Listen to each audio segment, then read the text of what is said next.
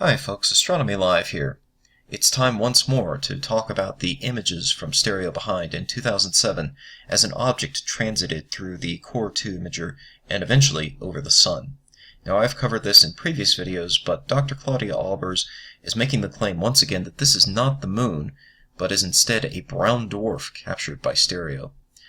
So, as I've covered in previous videos, the position and size of the object match the expected position and size of the Moon from the perspective of Stereo Behind. And you can see this for yourself by taking the orbital elements of Stereo Behind and loading them into a simulation like ORSA.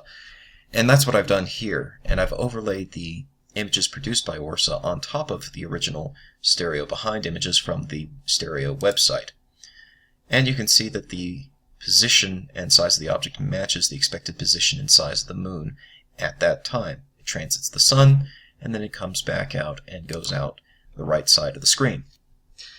You can even directly calculate this, as I've done in a spreadsheet, which I've previously presented as well.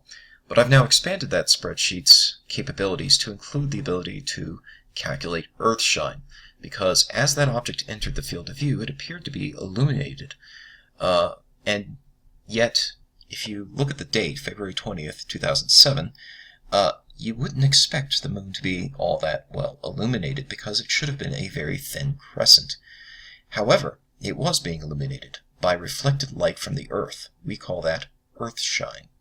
The Sun's light reflecting off the Earth illuminates the dark side of the Moon when the crescent is very thin. As the Moon's phase starts to expand, from the perspective of the Moon, the Earth's phase starts to shrink, and so the Moon receives less and less light from the Earth, and that effect begins to fade out. However, early in the lunar cycle, you can see the Moon illuminated by Earthshine quite well, and that is definitely the case here in these stereo images. So let's get going and take a look here. This is a raw FITS file from the Stereo Behind Core 2 imager. And you can see the Moon here in the image. So in the top right corner of the screen, there's a box here that will show an expanded view of what I'm pointing at. And this image has been processed from the raw FITS file to bring out the details of the stars and the Moon itself, sacrificing the Sun's glare and creating sort of a strange effect there in the center of the image. But the point of this was to bring out the stars so that the image could be astrometrically solved. Because one of the things about these raw images, this is from the raw FITS files, not the JPEGs, and so it hasn't been processed at all. And that means it hasn't even been aligned relative to the ecliptic. It's simply the raw shot straight from the Stereo Behind Core 2 imager CCD. And those images get processed in a variety of ways before being turned into JPEGs and put up on the Stereo website. And one of the steps in the processing is aligning it to the ecliptic. So we can do that here now that the image has been astrometrically solved. So I'm selecting the ecliptic as the coordinate system to align to, and then I align the image. And you can see it's rotated quite a bit from the perspective you have when you first open the image. So what I've done is I've processed a variety of images from the start of this transit, where you can see the Moon illuminated as it enters the field of view. I've processed those images to bring in as much detail as possible in the Moon, and you can see them put together here in an animation.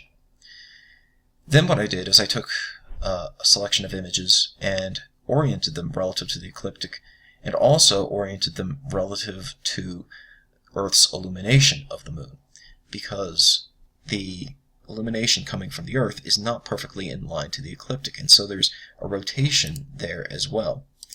So if you look at the spreadsheet I've developed here for calculating all of this, you simply plug in the date, and it gives you the coordinates of the Moon in pixels, the Moon's radius in pixels, and the Earth's position in pixels, which you can see would be outside the 1024 by 1024 images. So the Moon is definitely orbiting the Earth, but the Earth is outside the field of view, which is why you don't see it. But you do see the Earth's illumination of the Moon via Earthshine. And according to these calculations, Earthshine at this point in time 4 hours, 2 minutes Universal Time on February 20th should have been illuminating the moon about 90%. But that illumination has a position angle of negative 11 degrees. So the images from the stereo behind spacecraft at that time are rotated clockwise, have to be rotated clockwise to achieve an alignment to the ecliptic. However, they have to be rotated back negative 11 degrees, or 11 degrees counterclockwise in this case, to position the moon so that it's vertical relative to Earth's illumination of it, and that's what I've done in order to render how much of the moon would have been expected to be illuminated by Earthshine. And you can see that as a GIF animation here. I've taken 3 images, plugged in the numbers given by the spreadsheet to render a blue line which represents where the terminator of Earthshine should occur. Most programs that are out there don't necessarily take this into account. For example, Celestia will show you the perspective stereo behind would have had of the moon and what the moon should have looked like from the perspective of stereo behind at that time, but it does not render Earthshine. So I've had to render that myself using the spreadsheet. And then if we take this image, which again shows the perspective that stereo behind should have had on the moon at that time, and overlay it back on top of the actual raw FITS files, what do we see? We see it's a perfect match for the surface features seen in those images. So it's definitely the moon. It has all the same surface features as the moon. It has the exact amount of illumination we would expect from Earthshine, and it's exactly where we would expect the moon to be. So by all accounts, it really is the moon, not a brown dwarf. Hope that answers your questions, but if you have any more questions about this event, please feel free to leave them in the comments below. Thanks for watching.